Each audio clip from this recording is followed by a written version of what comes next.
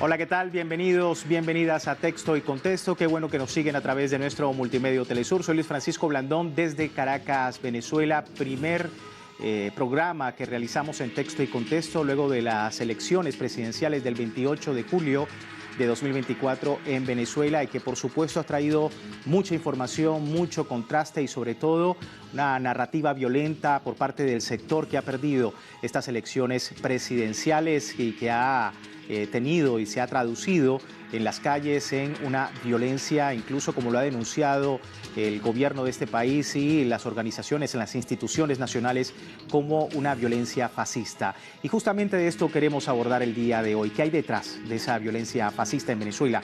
Bienvenidos. Luego del triunfo del presidente Nicolás Maduro, quien fue reelecto en los comicios del 28 de julio, el factor que no resultó favorecido y ligado a intereses transnacionales, desconoció los resultados y la voluntad expresada por las mayorías. Al día siguiente, grupos de extrema derecha arremetieron contra personas afectas al chavismo y también contra el patrimonio e infraestructura de la nación, con un marcado discurso de odio. ¿Qué hay detrás de la violencia fascista? Bien, ahí teníamos el perfil de nuestro programa el día de hoy. Acá en el estudio nos acompañan tres invitados para hablar del tema. En primer lugar, empiezo con Luis Delgado Arria, docente universitario, especialista en guerra cognitiva. Nuevamente con nosotros, profesor, muchísimas gracias por su tiempo con la audiencia latinoamericana. También tenemos en el estudio a Isabel Rivero, ella es especialista en lingüística y análisis del discurso, pero también profesora universitaria. Isabel, gracias por estar con nosotros y atender el llamado de Telesur. Y por último, y no menos importante, Héctor Gutiérrez, científico social y profesor universitario. Héctor, gracias también a ti por tu tiempo con la audiencia latinoamericana. Y bueno, hablar precisamente de esta violencia fascista. ¿Qué hay detrás de toda esta arremetida que hemos visto en los últimos días en Venezuela, luego de estas importantes elecciones en Venezuela? Luis, comienzo contigo. Bueno, primero muchas gracias al canal por este esfuerzo que está haciendo de profundizar sobre un fenómeno que es novedoso. No estamos enfrente de una guerra ni de primera, ni de segunda, ni de tercera, ni de cuarta generación. Estamos al frente de un nuevo tipo de guerra que por primera vez se está cumpliendo o se está perpetrando contra el pueblo de Venezuela. Una guerra, podríamos decir, de sexta generación, de quinta o sexta generación. ¿Qué acabamos de ver nosotros?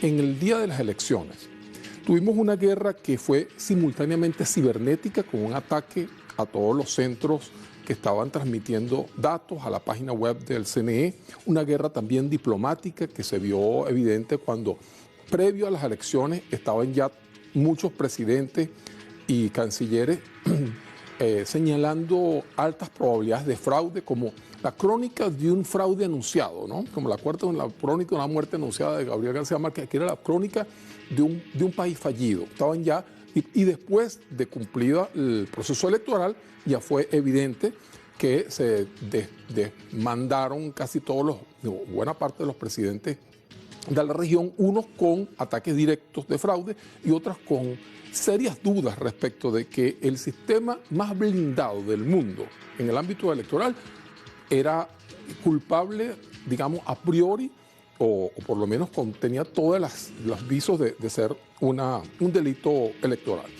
Vimos una guerra de encuestas, alrededor de 5 o 6 encuestadores mercenarios pagados. Tuvimos una guerra psicológica, diciéndole al pueblo que la situación era inmanejable, sobre todo después del día siguiente de las elecciones.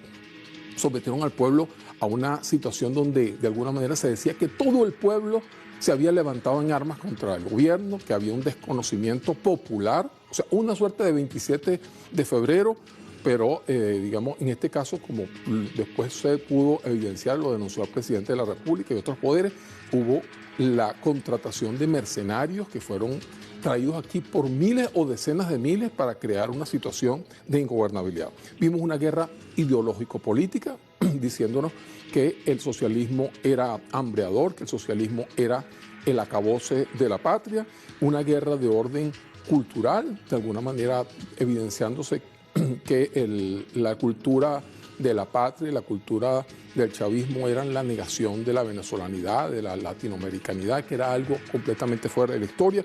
Vimos una guerra cognitiva donde prácticamente se nos estuvo vendiendo, curiosamente, los que llamaron a bloquear el país estaban diciendo que el gobierno estaba bloqueando el país internacionalmente. Los que llamaron a las sanciones que el país era que el gobierno era el culpable y el chavismo era el culpable de todos los efectos de deficiencias material para cumplir y también vimos una guerra simultáneamente eléctrica. Hubo una conspiración para dejar al país sin electricidad, todo con miras a generar una situación de guerra civil que fue acompañada también, hay que ver el discurso de María Corina Machado, con una guerra de orden simbólico espiritual, con ese asunto de que ellos iban a llamar, que ella estaba haciendo una intervención para reconstruir el país, para salvar al país, para hacer un llamado de orden cristiano, digamos, que lleva de alguna manera su mano y va a dar un manto virginal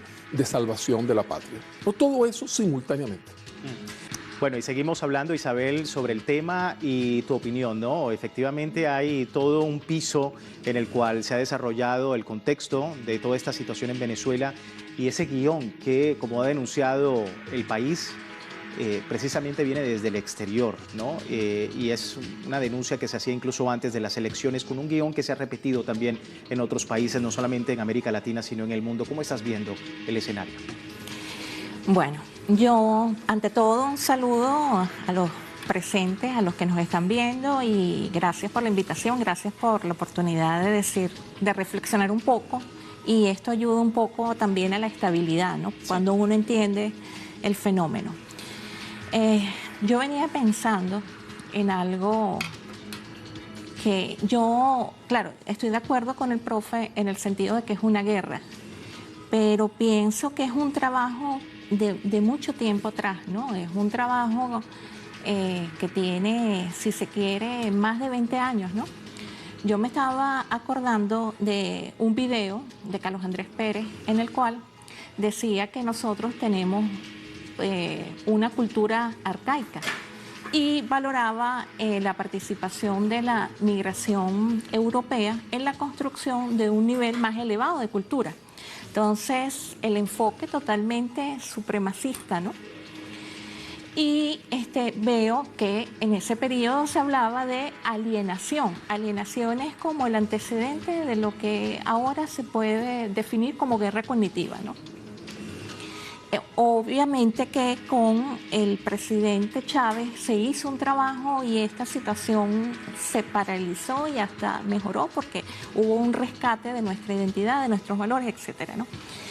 Y esto lo relaciono con un video que se transmitió de los que arrastraron la cabeza de la estatua del presidente Chávez. O sea, son acciones propias de la conquista, ¿no? De los periodos conquista y colonización, que hay ahí su supremacismo, ¿no? Hasta por los poros, ¿no? Y también analizando, conectando esto con un contexto que forma parte de la estrategia que está utilizando en este momento la derecha, bueno, que siempre ha utilizado, lo que pasa es que ellos reciclan un poco la estrategia, ¿no? Que es la estrategia de manipulación. ¿Qué significa esto, no? Yo te voy a vender mi realidad, ¿no? Y esa realidad la procesan de esa manera quienes de alguna manera son víctimas de esa vieja alienación, pues. ¿En qué consiste eso, no? En un marco cognitivo en el que subyace la religión. Entonces, pero esto permite evidenciar ese marco religioso, ¿no? Sí. Ese marco religioso en el que la moral se rige. La moral es supremacismo, esa es la moral. La moral es prosperidad a través de validar o legitimar el supremacismo, esa es la moral. Y esa moral se conecta con lo religioso, ¿no? Dios te va a apoyar en esa idea de supremacismo, en esa idea de sumisión, en esa idea de tienes que reconocer que Estados Unidos es tu hegemón y tú únicamente tienes que permanecer sumiso ante esa idea, ¿no? Usted comentaba un término que se ha repetido en las denuncias, se ha repetido incluso antes de la campaña, durante la campaña y posterior, ha sido esa denuncia del supremacismo, de colocar a las fuerzas progresistas o del chavismo en este país como algo que no vale la pena, como algo que efectivamente no sirve. Sí, profesor Héctor, esa supremacía también con los mensajes de odio, de racismo hacia la población venezolana, pero también el simbolismo, veíamos el ataque a las estatuas importantes. Siempre hemos hablado acá en el programa de esa guerra cognitiva y también de la simbología en Venezuela y la importancia que tiene para el pueblo venezolano. ¿Cómo ve el escenario? Bueno, el proyecto que busca apoyar la desigualdad y que es lo que ellos están tratando de posicionar a nivel mundial, necesita derrotar la identidad cultural de los pueblos, lo que nos hace sentirnos a todas y a todos como pertenecientes a una gran familia de una región que... Pero ¿por qué justamente en el ataque a la identidad nacional? Precisamente para dejarte sin referente. Una persona que no tiene referentes sobre sus propios territorios, sobre su propia familia y sobre su propio contexto, es más fácil de manipular, porque luego ahí entra el trabajo de las redes, que es llenar el vacío que queda cuando tú no tienes un horizonte o una utopía o algo que permita que tú te sientas parte de una comunidad, una colectividad.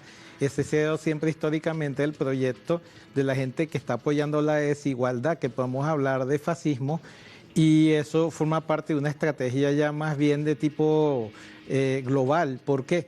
Porque hicieron todo lo que hicieron, porque justamente en términos simbólicos este año apareció una propuesta de billete del grupo BRICS, que incluye a Brasil, Rusia, India, Sudáfrica y en ese billete aparecía Venezuela. Entonces, eso lo que anuncia es que es muy probable que Venezuela entre dentro de ese grupo BRICS, y al entrar en ese grupo van a cambiar todas las determinaciones económicas que permitirían que saliéramos de las sanciones, de las medidas coercitivas y de bloqueo y de todo lo que han hecho para derrotar nuestra soberanía económica. Y en Estados Unidos los grupos de poder lo saben. Por eso les queda tan poco tiempo que se han lanzado esta aventura para impedir que nuestra región y en particular nuestro país logre integrar ese grupo. Entonces, ¿a quiénes han tratado de apelar? A los países que están apelando a la unipolaridad, es decir, dominada por Estados Unidos, para impedirnos entrar en la multipolaridad, donde entramos en alianza con pueblos de todos los continentes, no solamente de este continente. Entonces, eso es lo que está detrás. La balcanización de nuestro continente, la desintegración del proyecto del ALBA, de UNASUR, del CELAC, y por supuesto al aislarnos es más fácil que traten de apropiarse de nuestros recursos. Claro, y es hablando precisamente del sionismo, más adelante la relación que existe, ¿no?, entre esta violencia de fascismo en Venezuela, precisamente con esas corrientes en otros lugares del mundo. Pero vamos con ello a hacer una breve pausa acá. Gracias por seguirnos en Texto y Contexto. ¿Qué hay detrás de la violencia fascista en Venezuela? Es el tema luego de las elecciones del 28 de julio, una arremetida que se ha visto en este país por parte de la ultraderecha y que efectivamente ha sido condenada no solamente en Venezuela, sino en el resto del mundo.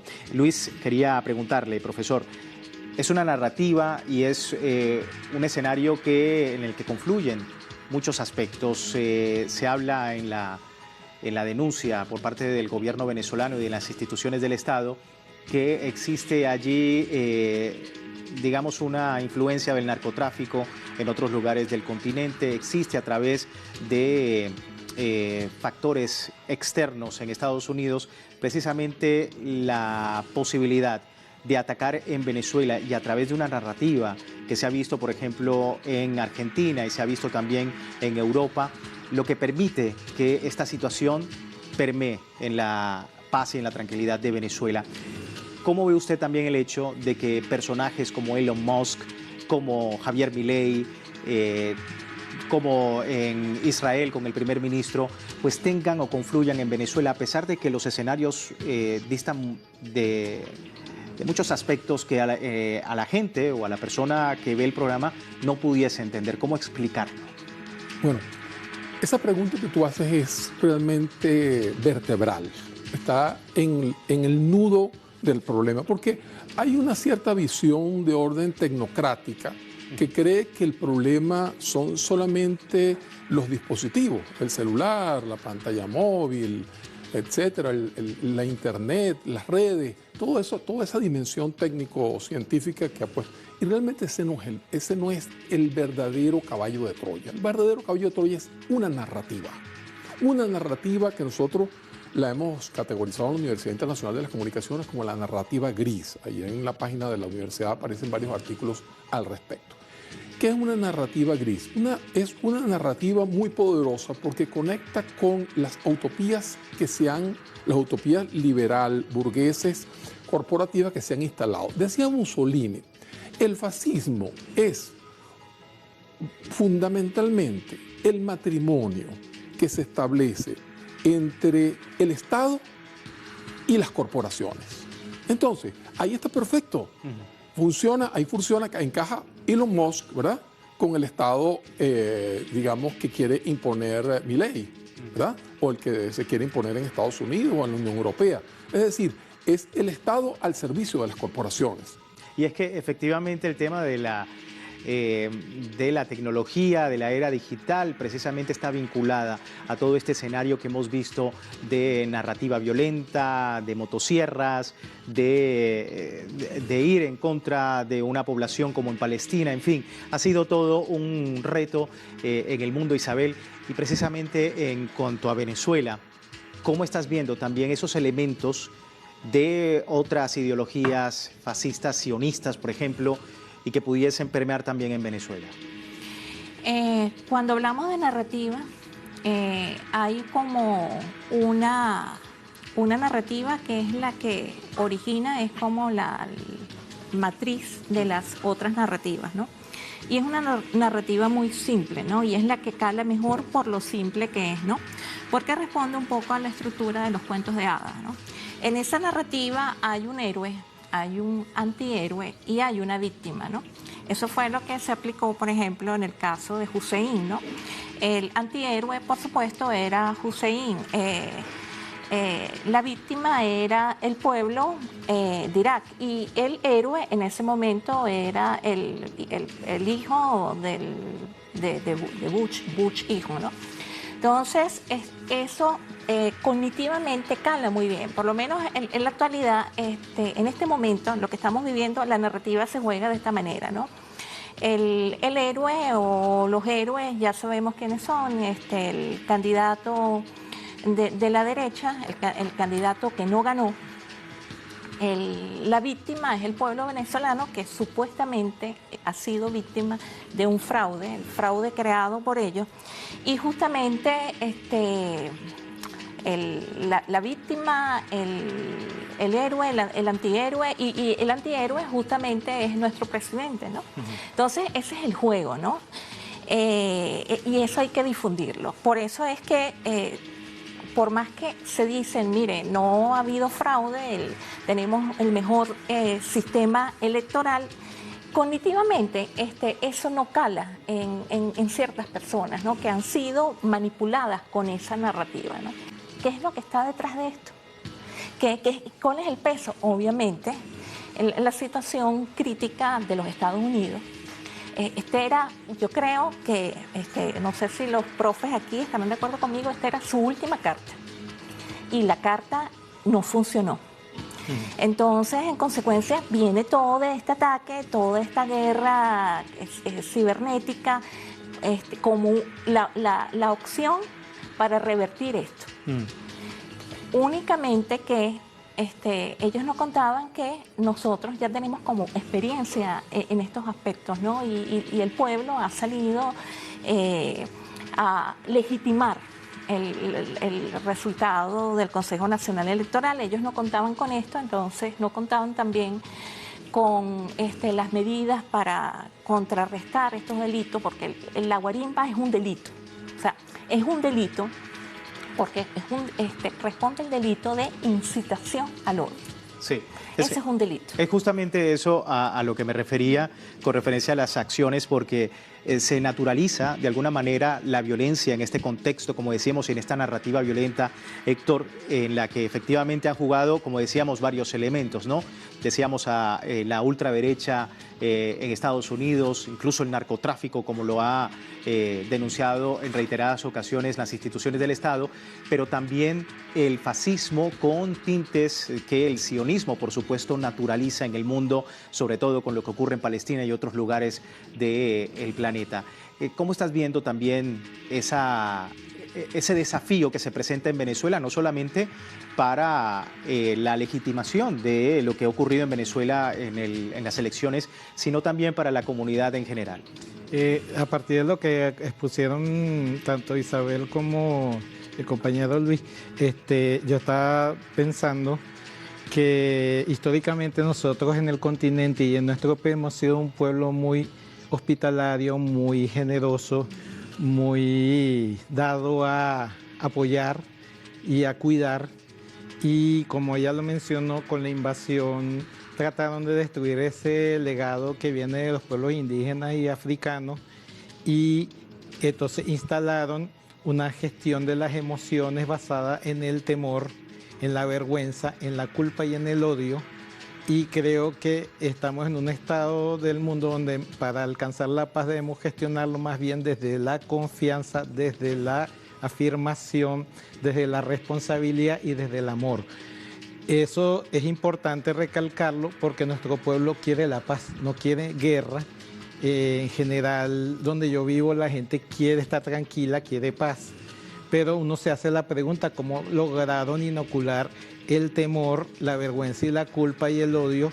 Y ahí es en esa gestión de las emociones más importante de abordar que interviene la manipulación de la guerra psicológica y de la guerra cognitiva para poner a la gente a no revisarse su frustración, su sentimiento de malestar, sino proyectarlo en el otro, proyectarlo como lo decía Isabel, en términos de superioridad moral o de superioridad social, diciendo tú eres el malo, yo soy el bueno, y desde allí es más fácil de manipular, porque como lo dije en mi primera intervención, si tú no generas una guerra civil, ¿cómo venden ellos armas?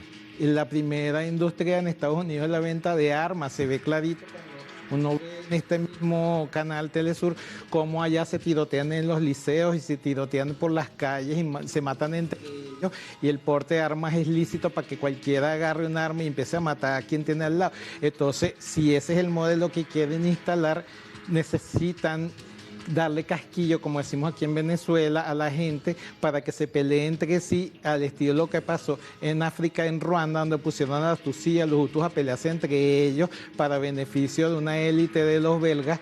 Aquí ahora lo hacen con las tecnologías.